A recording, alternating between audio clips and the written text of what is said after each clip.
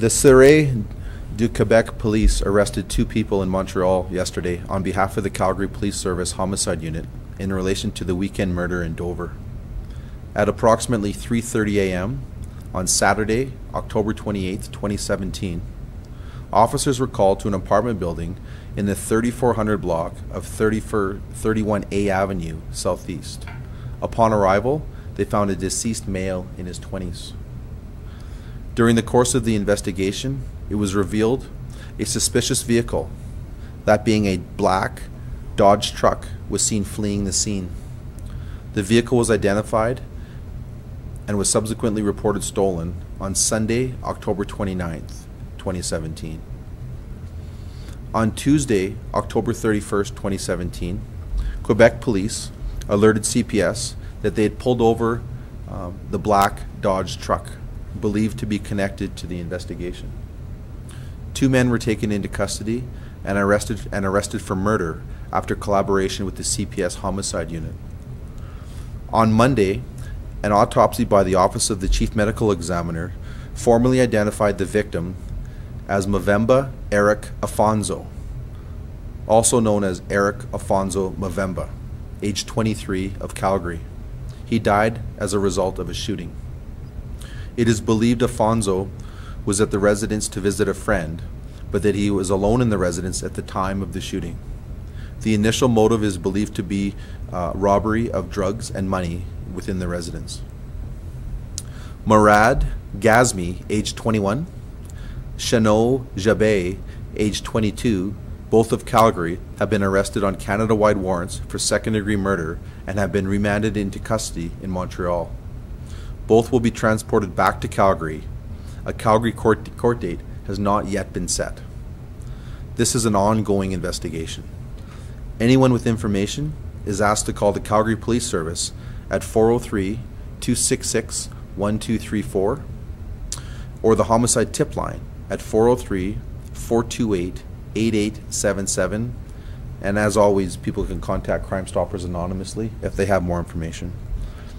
And I do want to just add one other comment. The Surete du Quebec police have been nothing short of forthcoming and have cooperated, literally bent over backwards to help our investigation. And I think it's certainly worth noting that the Calgary Police Service, we enjoy significant relationships with our law enforcement partners, and this is another example of another law enforcement agency going well above and beyond what's expected to assist us in one of our investigations, and we are certainly grateful for that. Any questions with regards to this matter? Any information on the relationship between the victim and the suspects? Do they know each other, or was this random? Yeah, this in this particular instance, like I mentioned in a couple minutes ago, we believe this to be what we classify as a drug rip, where somebody attended another residence or what have you to try to steal or take drugs that don't belong to them, street drugs. In this particular instance, we also believe that the victim, Afonso, and the 2 accused do have a relationship with one another. The actual nuances of that relationship I certainly can't speak to in this forum, but this is not a stranger type or random offense. Are you able to talk about prior police knowledge for either the victim or the suspects? Prior police knowledge? Yeah, like are either of them known to have police? Again, before I came down here, those were a couple of the, just like the previous one that I spoke about. I didn't look into their histories with CPS or with law enforcement, and I can't speak to that today. So you said it was like a drug rip, so people went there expecting the drugs in the house, or did they know Afonso brought them with him?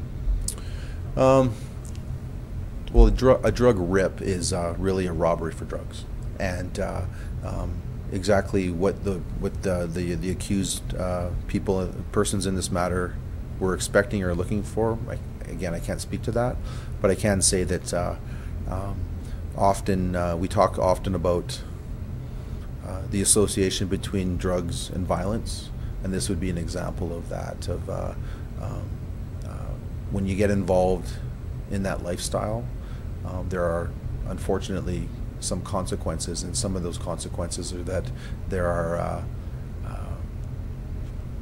there is a possibility that you may become a victim to violence, and unfortunately that's what happened in this particular matter. Can you talk a little bit more? I know you had those... Can you just come forward just a little bit? Oh, I can yeah, barely sure. hear you. I know you had those things to say about the update to Quebec with regards to helping in the investigation. Yeah. Can you just talk a little bit more about just about the timeline and how often when you were first speaking with police, how they came on their radar, just the kind of timeline of events from when the actual incident happened to where we are today? Sure. So this event happened at 3:30 in the morning this past Saturday, so on October 28th. So we know Canada is a big country. It takes a long time to drive across it, and by yesterday, so yesterday being the 31st of October, by yesterday morning this truck was already located by the police in Montreal. So I think some deductive reasoning would very quickly indicate that these two suspects got into that truck and took off very shortly after the time of this offense. In terms of the assistance from the Montreal or the Surete police, you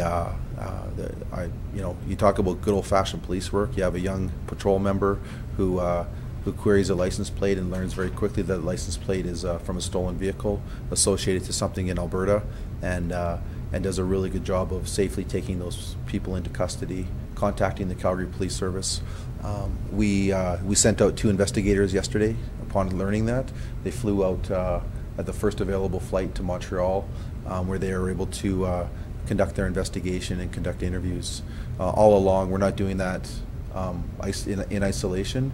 We're doing that with the participation and the assistance of the police in that jurisdiction. And there's some language issues. We need collaboration between the courts. We need collaboration to execute search warrants and to execute arrest warrants. There's a lot of balls in the air, and again, we wouldn't be able to do that in isolation. We need the assistance of other police officers in the Crown, and again, I can't speak enough to how grateful we are for the assistance. I'm a little bit surprised that it was the same vehicle.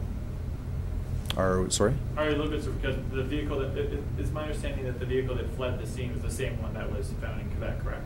It is, yeah. So is that a little bit surprising that they wouldn't, ditch the vehicle and go to a different one? No, I think I don't know what was going through their head. I think we had an investigation in July where we had another vehicle that left the jurisdiction, left Calgary, and we located it in Toronto 3 or 4 days after the offense. I think you probably know the one I'm talking about. And I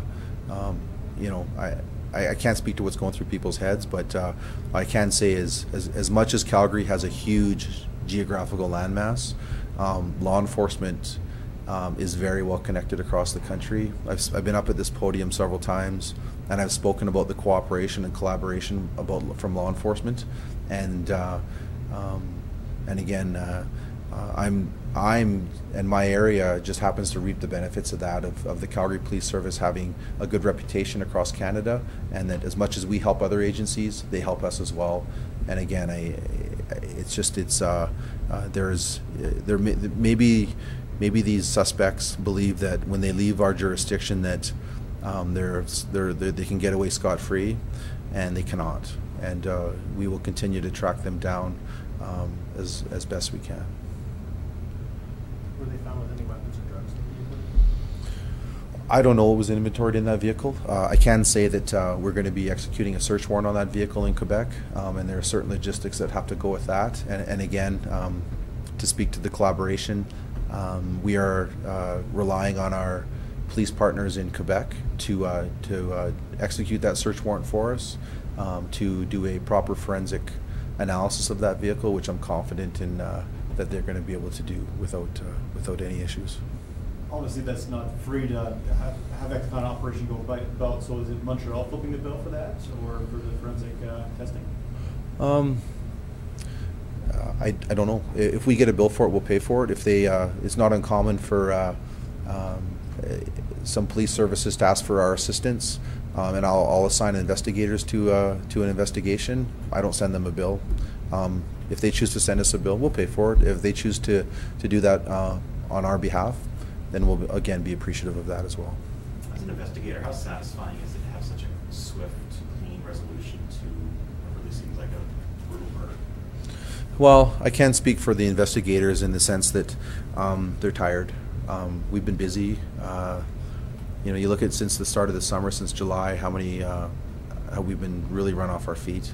This past weekend, you look at the response to the Calgary Police Service, 2 homicides, a serious sexual assault, and other major events that were addressed through patrol and through plainclothes units.